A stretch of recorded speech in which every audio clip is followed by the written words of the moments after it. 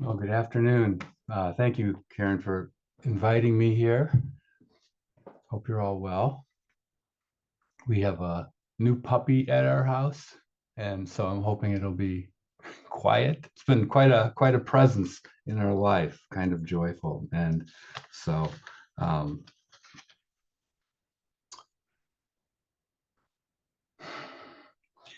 basically, what I was hoping to do today was just, and I'm assuming that you all have some experience, at least with the definition of the idea of mindfulness, but to just talk a little bit about mindfulness in practice, its benefits, and working through some of those practices ourselves briefly. I'll have most of the time will actually be devoted to various practices.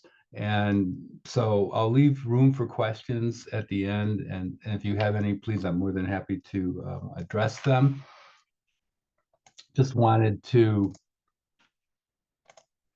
tell you a little bit about myself and how I got started in this. Basically, it goes back quite a while to the 1970s. And I was a college student at the time and kind of confused. It was a time of tumult, much like today is, I suppose. And um, I was having a difficult time finding my way. And one of the things that was really big in the culture at the time was transcendental meditation, which some of you may have heard of. And some of my friends took this up, and I was always kind of skeptical. I was interested in the idea, but I was kind of skeptical of the idea, first of all, that there was money exchanging hands, and was some of the claims seemed to be a bit outrageous. But in the late 70s, a book came out, which was kind of rare at the time. Now as we'll talk about this a little bit, the publishing industry in mindfulness has just exploded. But back in the late 70s, there was hardly a book to be found. And a guy by the name of Lawrence LeShan came up with this really tiny book called How to Meditate, which I ran across in a local bookstore. And I picked it up. And most of it was actually devoted to he was a psychologist, and most of the book was devoted to um, his interpretation of what went on during meditation and trying to stake a psychological claim that there's some rigor involved here, he was arguing, and this is something that deserves serious attention. And in the middle of the book were maybe 10 pages devoted to the actual practice of how to meditate. So I looked through it, tried one out. It was very simple. Breath meditation, and we'll practice this a little bit later today as well, but just watching your breath, learning how to stay with your breath. One of the things you learn quickly in mindfulness is good luck staying with anything for a period of time, particularly at the beginning. But that's part of it. And so very quickly, I kind of latched onto it. And soon afterwards, various forums were developed that, for example, I took a mail order class, how to meditate. I lived in Chicago, and there was really nothing else around at the time. Um, but there was an online class I took through the Insight Meditation Foundation. There was another one I took up from Donald Webster in California. He actually sent out tapes, and he would help you to understand meditation by guided meditations. And so I saw pretty quickly that this was helpful. Meditation wasn't a bad idea for me, and that I was becoming a kind of kinder person, a more directed person. And it's not overnight by any stretch of the imagination. And it's a kind of a slow process of unfolding, gentle, slow process of unfolding. But I took it seriously and took some formal training as well. And I just listed some here. They're kind of just to suggest possibly two for those of you who are interested in following up on this on your own. Resources like the mindfulness-based stress reduction clinic, and I'll have a little bit more to say about them later, might be useful to seek out. The Insight Meditation Center as well. This was mostly for teachers and for psychologists, the mindfulness self-compassion teacher training and so on and so forth. Um, And I'll have some recommendations at the end if you want to seek out more information, which I strongly encourage you all to do. And so I started going on retreats. I started going on week-long silent retreats, which a lot of my friends thought was really weird. And I actually continued that through COVID. When COVID hit, I had to stop. Um, but I started incorporating mindfulness as a teaching practice with my students, which was kind of an interesting step for me because the course I was teaching was oral communication. And as a student, the first time I took oral communication, I had to drop out. I couldn't deal with it. I was just, I remember throwing my manuscript up in the air in the middle of it and said, I can't go on. And the teacher made me. And I just thought, oh my God, how can I continue this? Much less, how am I going to teach this? And so I was a communication major, and part of the gig of becoming um, a teaching assistant was you had to teach a combination of writing and oral communication. I thought, okay, how am I going to teach? And becoming meditating before class, I found was a good idea, calming myself down. Um, and teaching students this as well, small, incidental kind of steps along the way to calm yourself down in the midst of your mind going crazy, telling you all of these things, uh, making you, if you will, nervous. So, so here I am, and on we go. So just a brief introduction about mindfulness practices, and they go back, as you might suspect and or know, to 5,000 BC, it is said. And so it's unclear exactly, but the Buddha came around, um, and other religious groups started to form with the ideas that somehow resonate with what we think about when we talk about mindfulness or meditation today. And in the West, these ideas began to filter in the 18th century in small ways, but reflective groups, religious groups, Quakers, for example, would practice something that we would consider something very much like meditation. But it really wasn't until the 50s with the kind of Beat Generation and the 60s, Jack Kerouac, I'm thinking about with the Beat Generation, Allen Ginsberg in particular. I mean, there's this really kind of interest in where the mind, what happens to the mind when we just reflect on what's happening in the mind. But in the 60s, it just kind of exploded with the transcendental meditation and other groups. Those of you who were around then might remember the Hare Krishnas and so forth, who would practice very publicly with their orange robes in urban areas. And so in 1979, more secular approach was strongly developed in the West, and I will again talk about John Kabat-Zinn and his work momentarily. I think his technique offers an approach for people who are skeptical of all this to begin with. But this uh, tree that you see here is actually when people think about meditation, they often think about going inward, right, being quiet and so forth. But the contemplative practices, as we've come to understand them, have really kind of expanded. And so I don't know how well you can see this if you're working from a phone, probably not very well. But this tree on the bottom, the idea that all of these practices, the soil from which this grows, is communication and connection, speaking with other people, speaking to ourselves, and connecting, being with other people. And also awareness. So communication, connection, and awareness. And so these older branches on the bottom are probably something more along the lines of what I think about, you think about when we think about mindfulness practices. So stillness, for example, is the first limb on the left, and there's meditation. And oftentimes we seek meditation to quiet the mind. And folks, you know this as well as I do. This is a particularly noisy time. We're getting close to an election. We're always with our cell phones, which is pinging us and ringing us, and consuming our attention. Um, there's all kinds of things going on in the world. People doom scroll. And so the idea of being still, meditating, quieting the mind, finding silence is the first oldest limb of meditative practices. Um, there are also generative practices, so practices which attempt in some way to bring something to fruition, to bring something into our lives. And so that would include things like visualization.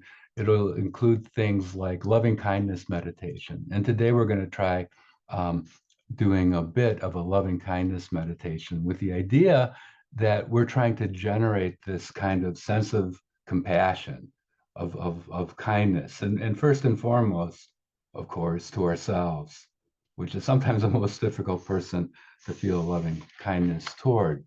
So generative, and there is not just loving kindness, but a little bit deeper, there is self-compassion exercises as well, which do this.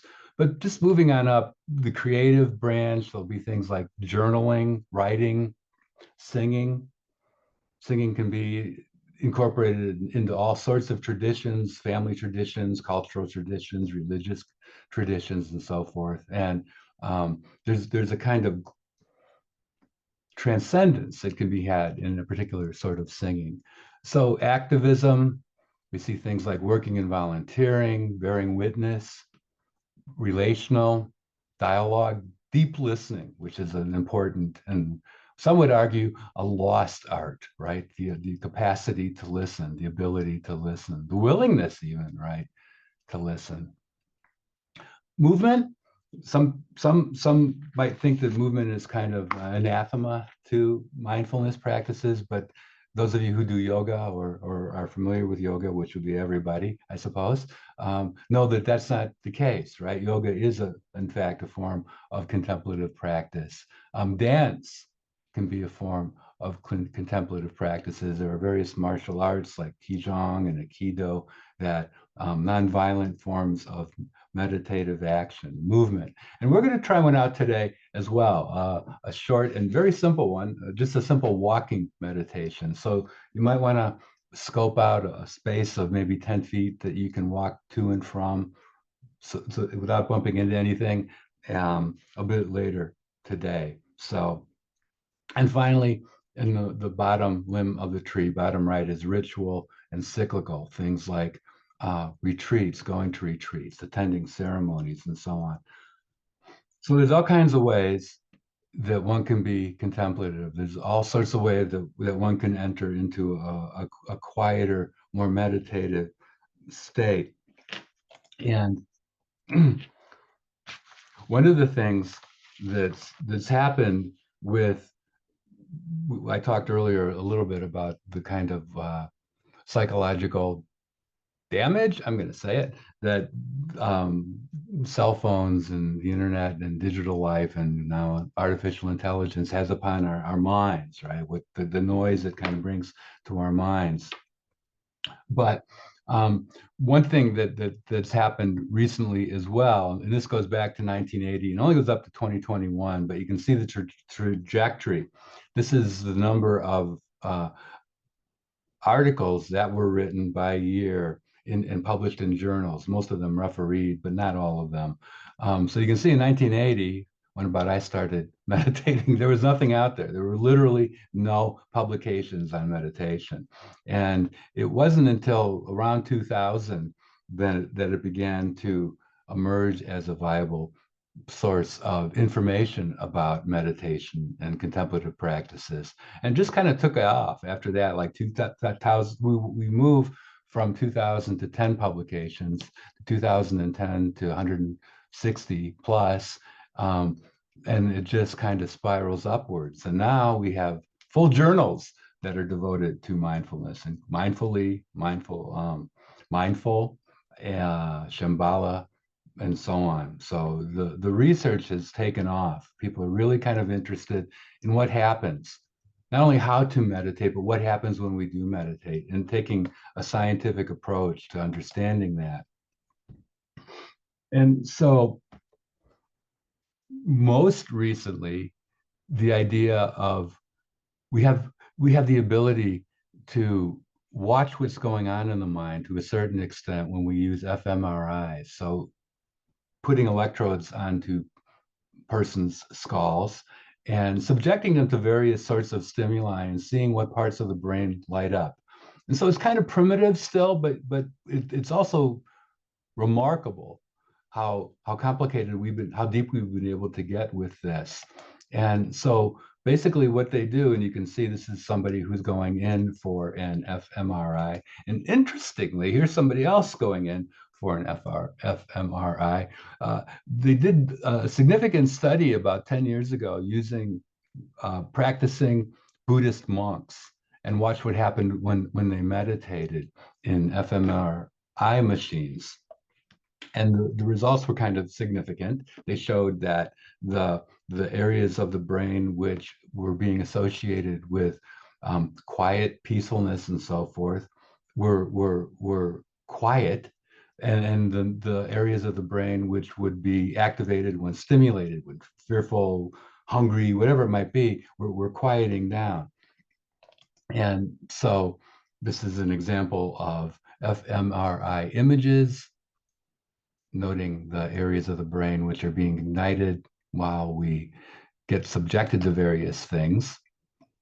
And it seems as though, and this is every time I'm at a retreat, somebody will say, the science shows what meditators have known for 5,000 years, that mindfulness helps to reduce stress, to help us with sleep.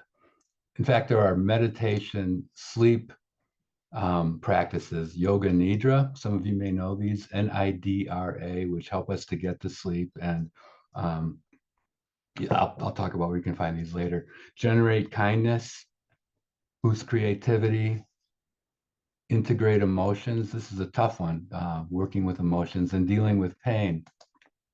A couple of books you might find interesting in this regard, looking at the brain and the idea of neuroplasticity, that we can change. And it's not that simple, right? We're just not going to, I'm going to change my loving kindness attitude today. Or I'm going to try to be less angry. It's kind of more an ongoing incremental process. But these two books, in very different ways, actually, The Emotional Life of Your Brain and How Emotions Are Made, which is more recent, look at how actually the brain works through mindfulness, but how also emotions are paramount in our life. We tend to think of ourselves as rational beings, but it turns out that the first areas of our brain that is ignited when we are subjected to a stimulus, see something, smell something, hear something, are our emotions, and we retroactively kind of build on that. So, for example, and this is something they might do with an fMRI, show you a image of a spider, which will trigger certain responses. And we've discovered more or less that the first areas of the brain, it used to be the amygdala was considered to be the site of how we navigate emotions, but it seems it's more regional. It's not that simple.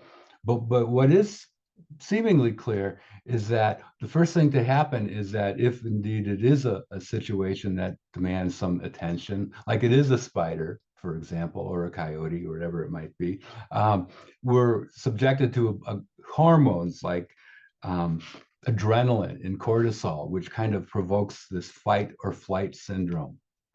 So we have to deal with those emotions on some level. And by that, I mean, we have to let them be in order not to be carried away by it, by them. And I'll say a word about it in just 1 second. But again, this is the amygdalic area. It's very much a part of the forebrain. So first to get the impulses, first to get the visuals, the sensorial impulses, and to release these chemicals into our system. And so those of you who know, I mean, after we've almost been in a car crash, we've almost hit over, knocked over some thing in our driveway. we become activated, right? We become, and it takes, we just don't get past it right away. It takes a moment, right? And to not act during that moment might be important for you to act in the way that you want to act, not to act more rationally. So um, this is a little, have you ever been so angry that you threw your boyfriend off the roof? So when our emotions take over, sometimes, and anger's a great one. Anger's a great one for just, there's a sense of self-justification sometimes when we get angry, and we like it on some level, it's been argued, but it to work from that perspective, and we probably have all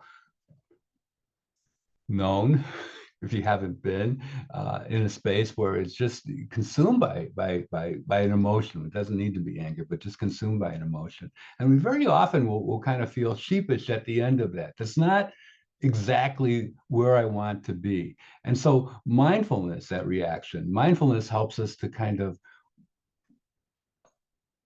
be more at that place where we want to be.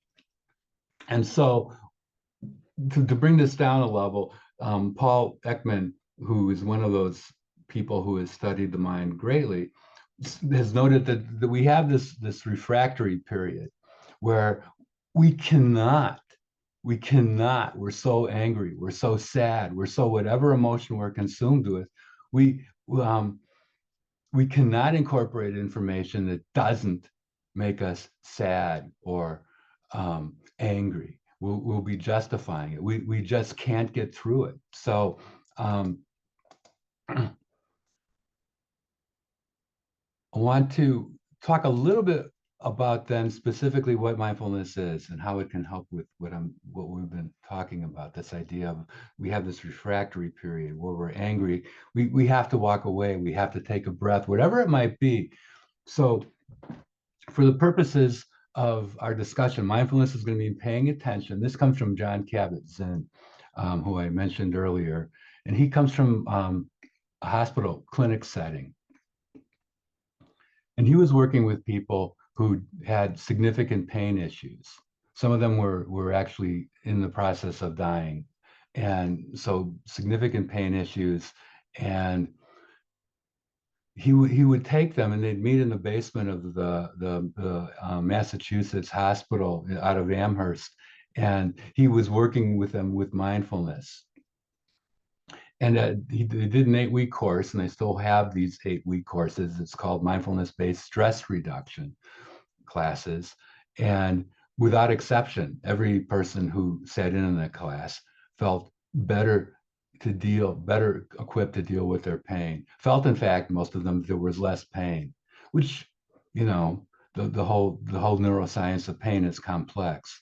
But his very simple formula is that mindfulness is paying attention in a particular way, which means on purpose, we're paying attention on purpose in the present moment. Where else can you do it but in the present moment? And most difficultly, non-judgmentally. So paying attention in a particular way on purpose in the present moment and non-judgmentally. So going back to this whole idea of the refractory period, even in the midst of our deepest anger and euphoria, whatever emotion we're feeling, there seem to be gaps between stimulus, whatever it might be, and response.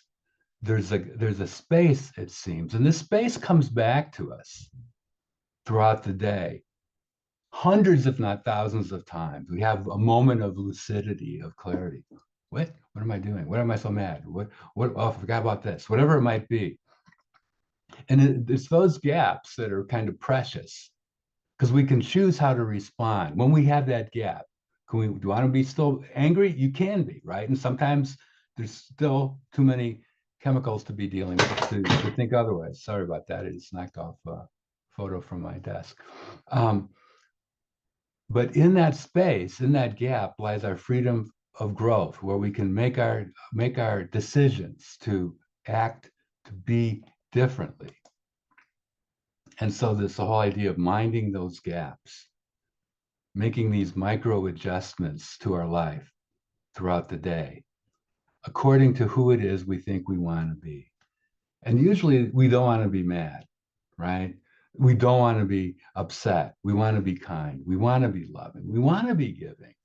And so these gaps that we have, these moments of lucidity are important, crucial for who it is we are.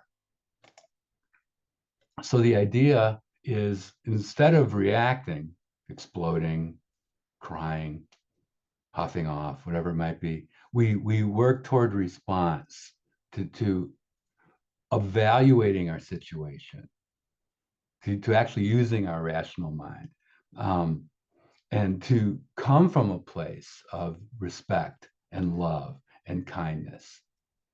Because we all know that anger, getting upset at somebody who cuts in front of us in a car is not going to really get us very far, right? We can continue it, and I, in my worst days, have done it, right? Just so upset that somebody cut us off or whatever minor crime has been committed against us. And so the idea of choosing to pause, choosing to breathe, choosing not to react, but to respond. And so when it comes to attention, we kind of see those gaps more clearly. We see them pop up. And so we reorient ourselves to what it is that we want to be: loving, kind, generous, present. So to move into the actual practices, I would like to kind of like play around with some of these and have you try some of these. Um,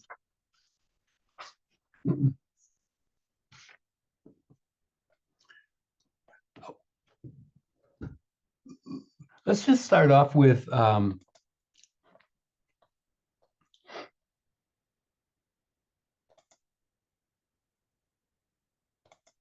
sorry, I'm going to jump just ahead a little bit. The idea of setting intentions. And so this is something that is not necessarily meditative, but something you can think about every time you find yourself in a gap moment, resetting an intention. And I'm going to suggest that this is something that you can do very simply, but thinking of, again, who it is that you want to be, what it is you want to experience, and so on. And so just making an intention. So consciously, I am going to, for the next minute, hour, day, lifetime, thank somebody who helped me out. So moving along the lines of a generative impulse, thank somebody and see what happens. Just test it out. What happens if you thank somebody? Being kind. Um, check in with yourself gently. So you find yourself in a gap moment. How am I doing? Being kind with that. Making an intention to feel a sense of gratitude. I am thankful for. Maybe going a little bit farther and performing an act of random kindness for a stranger, helping somebody out. This might happen when you're in line in a supermarket, right? You notice somebody is struggling with their packages and you have a moment, where there's a gap, maybe, what can I do? Nothing, but maybe helping out, maybe, and if not, no harm, just maybe next time, right? To notice something beautiful in nature. We've been very lucky in the Midwest for that to happen. I can look out the window now and see what a beautiful day it is, in fact, here in central Illinois. To not get angry, right? That's a tough one, to not get angry. But to let the anger go, maybe, to be easier on yourself, to forgive somebody, so to laugh. There's actually a yoga practice called laughing yoga, which is just that, but it's great in a group. But whatever fits your schema of who you want to be, just making these simple intentions, okay? And so noticing the emotions, noticing what you're feeling, being kind to that, recalibrating, resetting your intention. So if it's anger, yeah, to see how well that experiment goes and maybe move on. So the first formal practice I'm going to do is very kind of low key. And so you see a picture here of somebody laying down. And so if that suits you, that's particularly fine. But the idea in meditation in general is to take a posture that's comfortable and a posture that allows you to stay alert. When I started meditating, I could stay alert doing this, but I can't anymore. I'm more likely to fall asleep. So I'm just going to ask you to take if you're sitting, just making sure you're comfortable.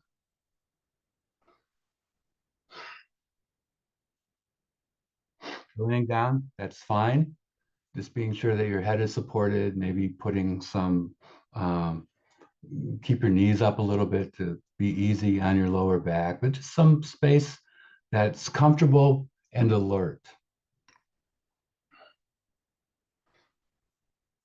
And I'm going to basically walk through an abbreviated version of a body scan meditation. These can take as long as 45 minutes or longer, actually. And I'm just going to do a brief one. But the idea here is to become aware of what your body is doing right now without story, noticing without judgment. So maybe you wish things were different or better, but just letting that go as much as possible. And what I'm going to be doing is asking you to relax various muscles. And so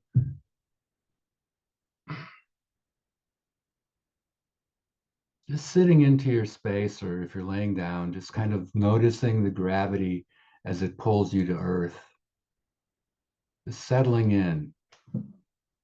So if you're sitting, you might notice your sit bones, the pressure of the chair on your butt, your thighs. If you feel comfortable, go ahead and close your eyes.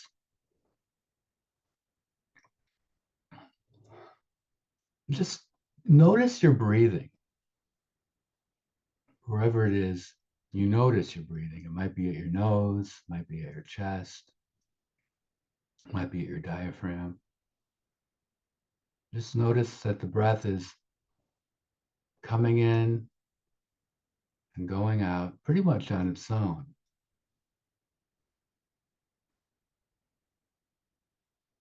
So let's see what happens when we take a conscious deep breath in. So taking a deep breath from your belly out, just expanding it out like babies do when they're on their backs. You can see their bellies just expanding like a balloon. So just taking a deep breath in from your diaphragm, hold it for maybe a second, and then let it loose. Let it out. Try that a couple more times. One more deep breath in. And letting it out. And maybe even pushing a little bit of the excess air out on your next out breath. One more time. Deep breath in at your own pace. Letting it out. And let your breath catch up with you. Just nothing to do with your breath. Just watch as it kicks back in.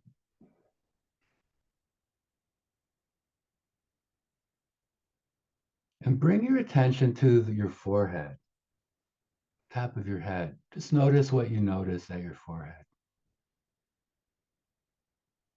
And if you notice that your muscles might be tight at your forehead, just with the next out breath, let it go.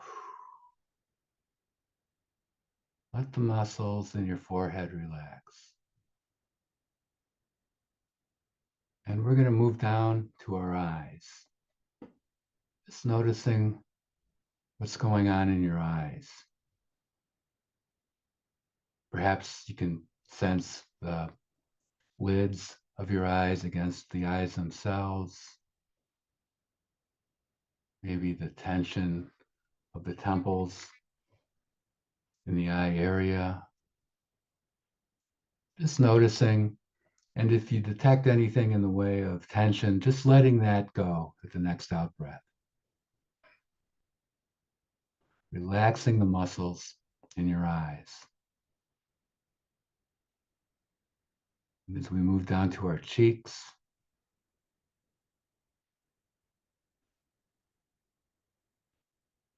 Noticing perhaps any sensations we're feeling with heat, with cool, with air,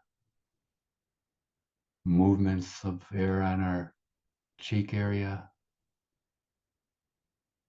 Noticing any tension in your cheeks. And if your muscles are contracted, just with your next out breath, let it go.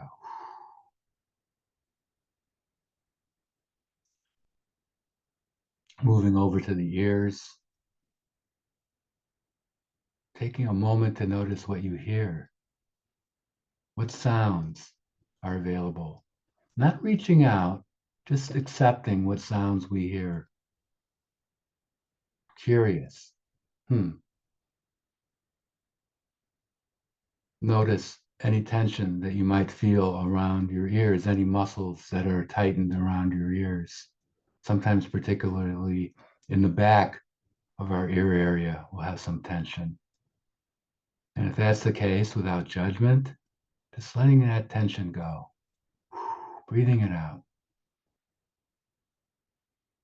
moving down to our jaw, to our mouth.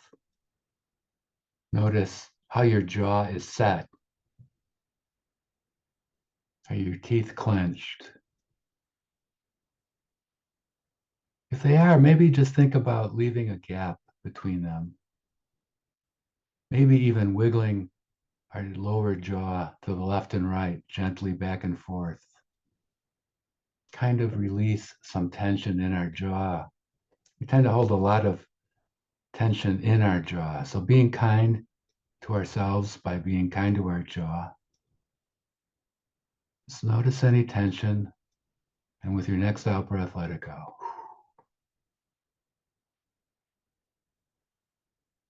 As we move down to our neck, another spot we tend to hold a lot of tension.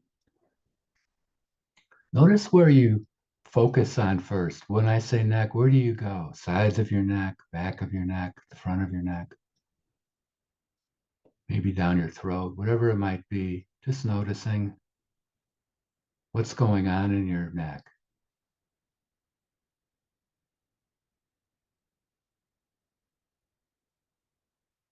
And if there's any tension that you note in your neck, just letting that go with your next out breath.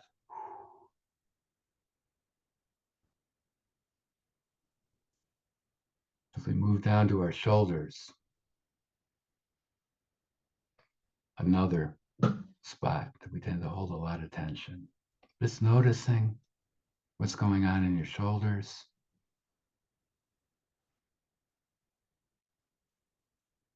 And with your next out breath, just letting it go, any tension you might feel.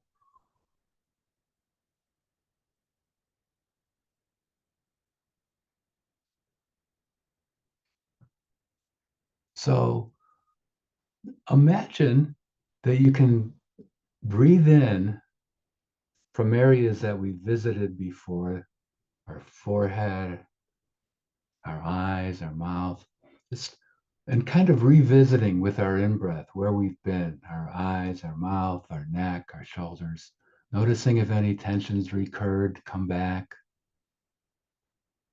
And imagine you can just blow that tension out of your body by releasing it through your arms and out your fingertips, noticing along the way any tension you might encounter along your arms and allowing that to release as well.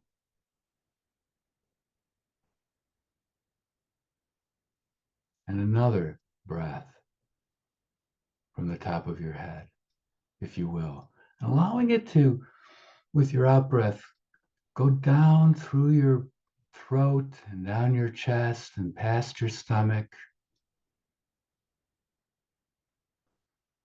down your legs, sinking in as you go, down your knees, down past your calves, your heels, the soles of our feet, the top of our feet, and letting that tension just flow out through your toes.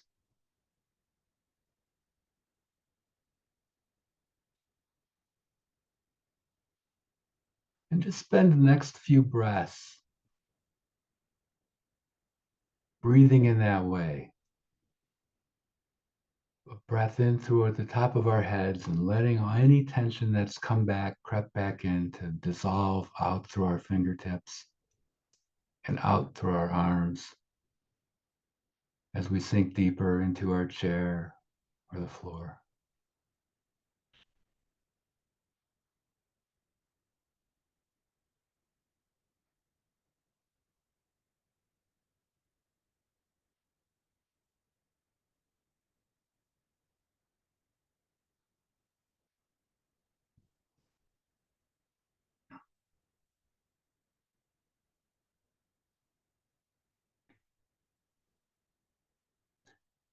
If you feel you'd like to make an adjustment at this point,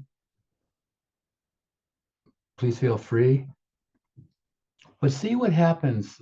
The likelihood is that there were moments where there were already those gaps I was talking about, like you might have been wondering what's going on here, or you thought about something that you had to do later, or whatever it is it might be, but you became sort of present in a different way.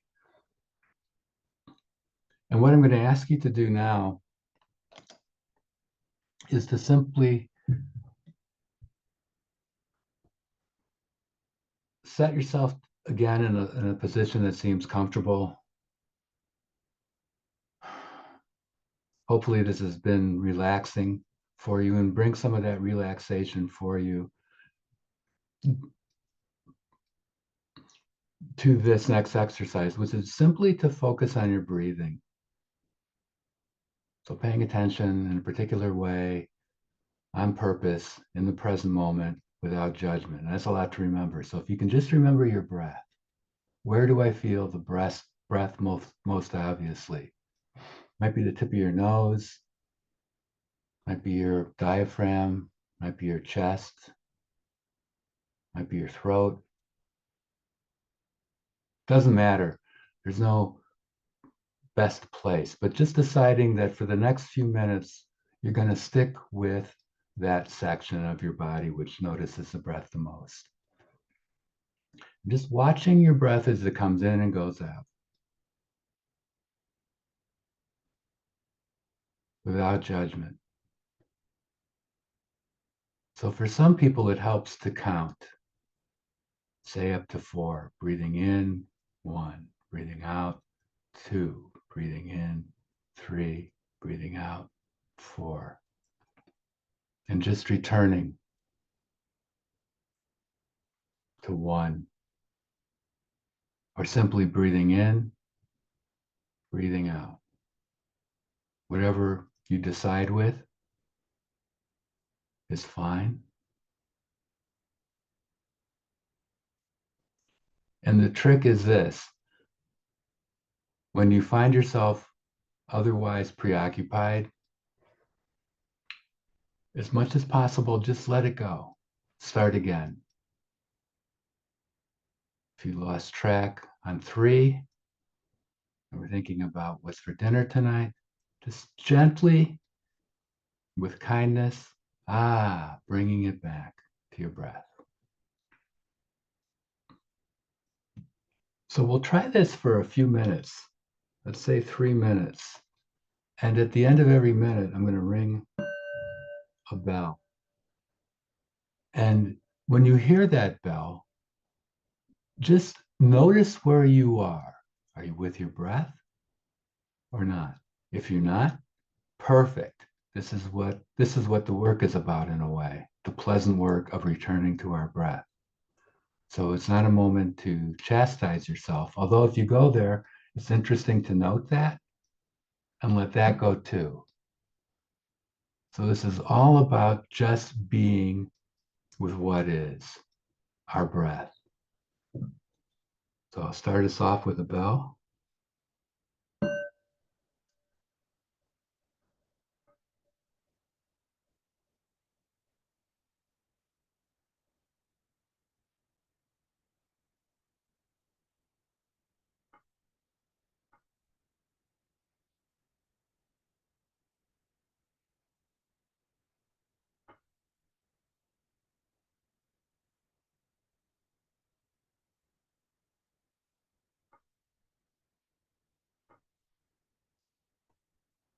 And if you find that your mind begins to wander, just gently bringing it back to the simple act of breathing.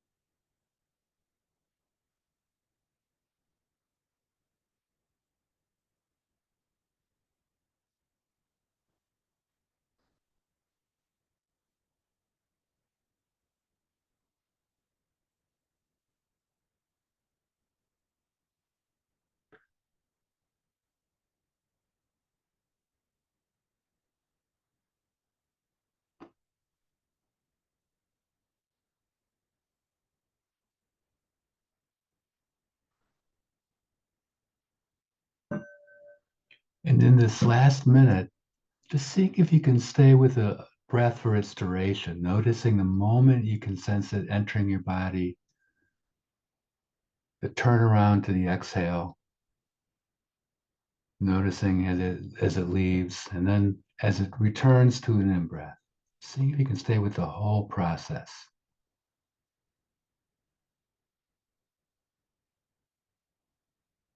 No struggle.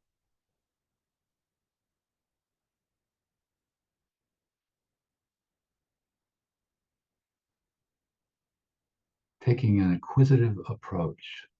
Hmm.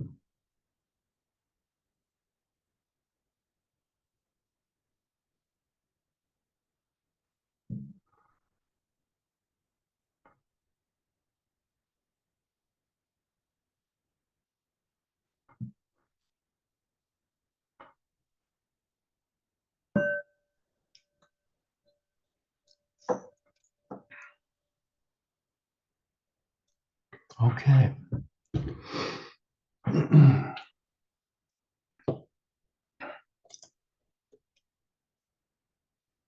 How did it go? I don't know how I'm going to see comments, but is there? People can go ahead and unmute and Okay, talk if perfect. that's Yeah. easier. How did it go? What did you notice? Any questions? I didn't want to stop Can you say why? I, because I felt so good. mm, the-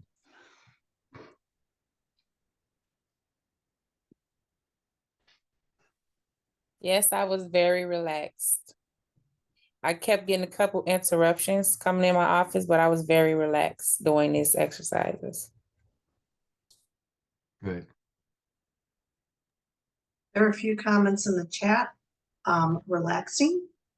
Another person said, help my heart rate lower. Another, neither did I. I assume that's I didn't want to stop doing this. Hmm. Everything seemed brighter afterwards. It was very relaxing, a nice way to end the day. Hmm. My headache went away. Hmm. I enjoy a body scan meditation exercise. I have done this before and I really enjoy it. Another, relaxing.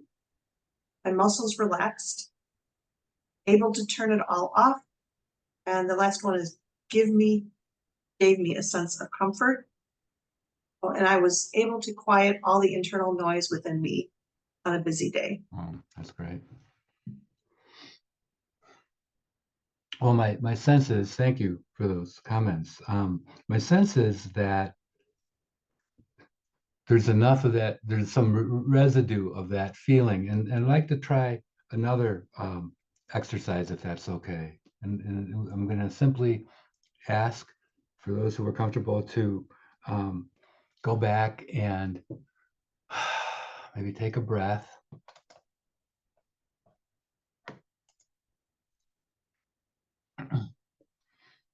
And I just wanted to say before we jump into this, the whole non-judgmental part is probably the most difficult. Oftentimes people think, oh, I'm doing this wrong.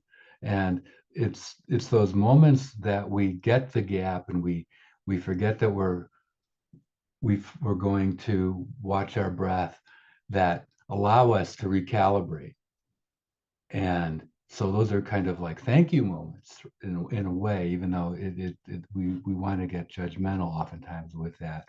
So be kind to yourself.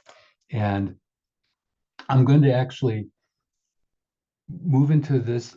This is a meditation by Tara Brach, Brach, and she has a website where she weekly has a meeting of people for free. You just hop on board, and it's a half-hour meditation, usually 20 minutes, followed by a talk.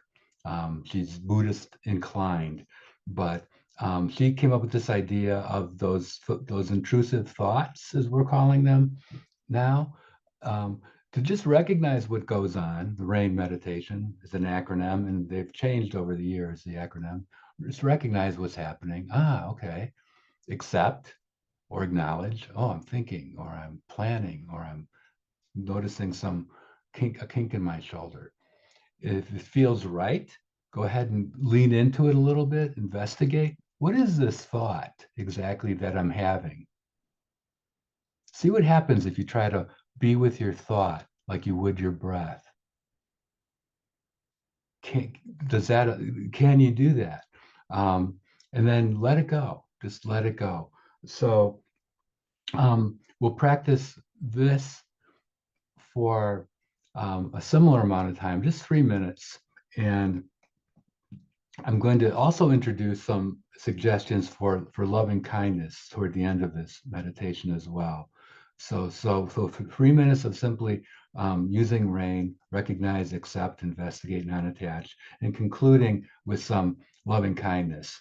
And so once again, if you're comfortable where you are, then that's a perfect place to begin. And if not, just settling into your seat. And if you feel comfortable with your eyes closed, that's fine. And if not, it's generally considered to be a good idea just to keep your focus open. In other words, not to focus on anything, but just keep your eyes open. And so,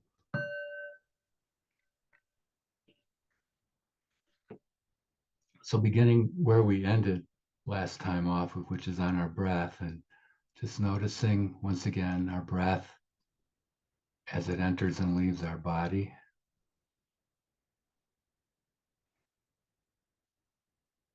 And perhaps setting an intention for the next 2 minutes and 45 seconds. I'm going to focus on my breath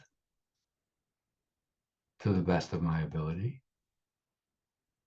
which I understand will not be perfect. And relaxing into that intention and relaxing into this posture once again.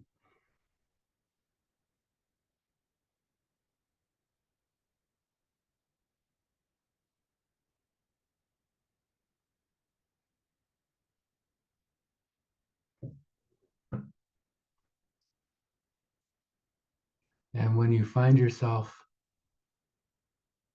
off of your breath, thinking or feeling or whatever it might be, just accepting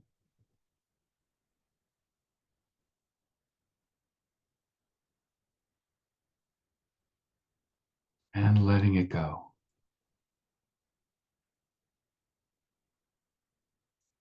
Back to the breath.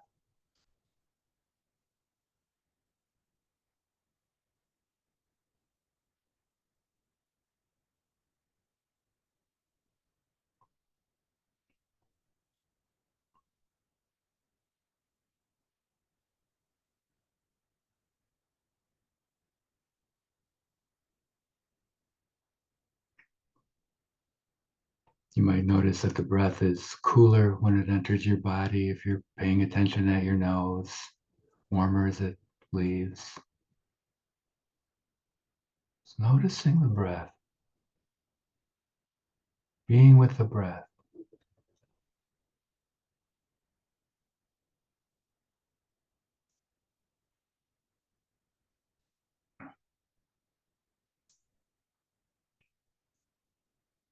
gently, kindly.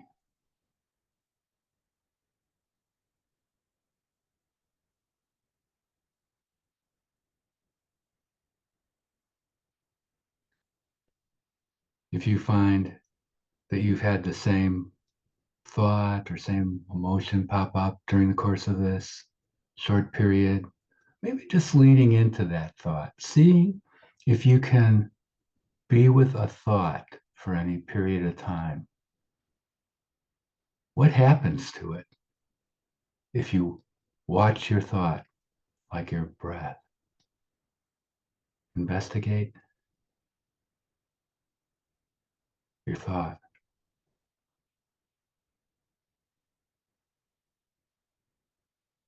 And then return to your breath.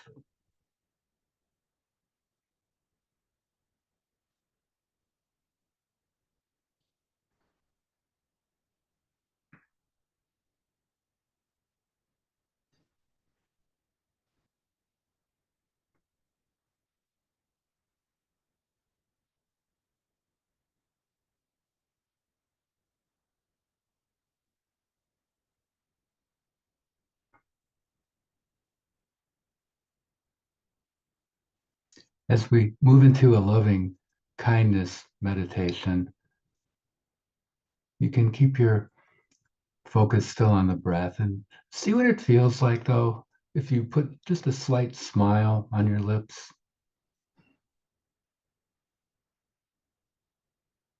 Just very subtle smile.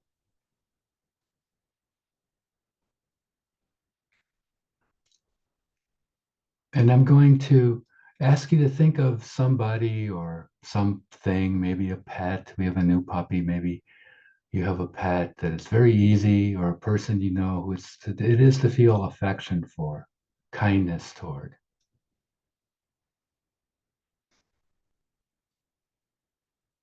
Maybe yourself. And repeat in your mind these ideas. May this person or creature be healthy. May this person be safe. May this person be in peace. And just seeing what happens, letting that go.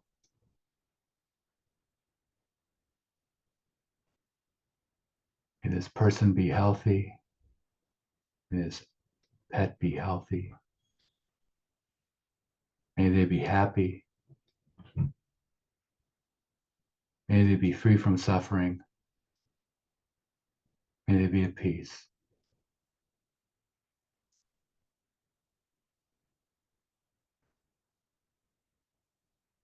And noticing what happens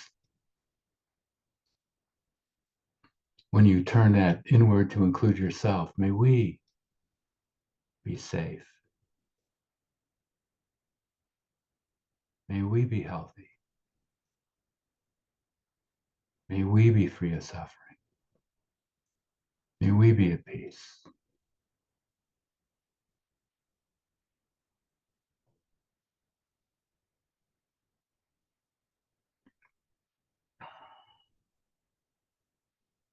And for the next few moments, just noticing what's happened or not happened. Just being with what is. Slowly getting a sense again of your physical self, sitting or laying on the floor. Taking a deeper breath in.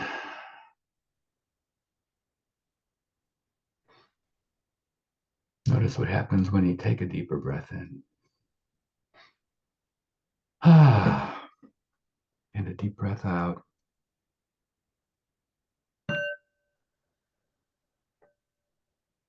We're at 5 o'clock, but we had a couple questions, so I'll go Please, yes. read them to you. How long do you recommend to meditate? Any time is a good time. And I'm not saying that to be glib, it's true. So you don't have to start off in a big way. When I did, it was 15 minutes, but 5 minutes a day.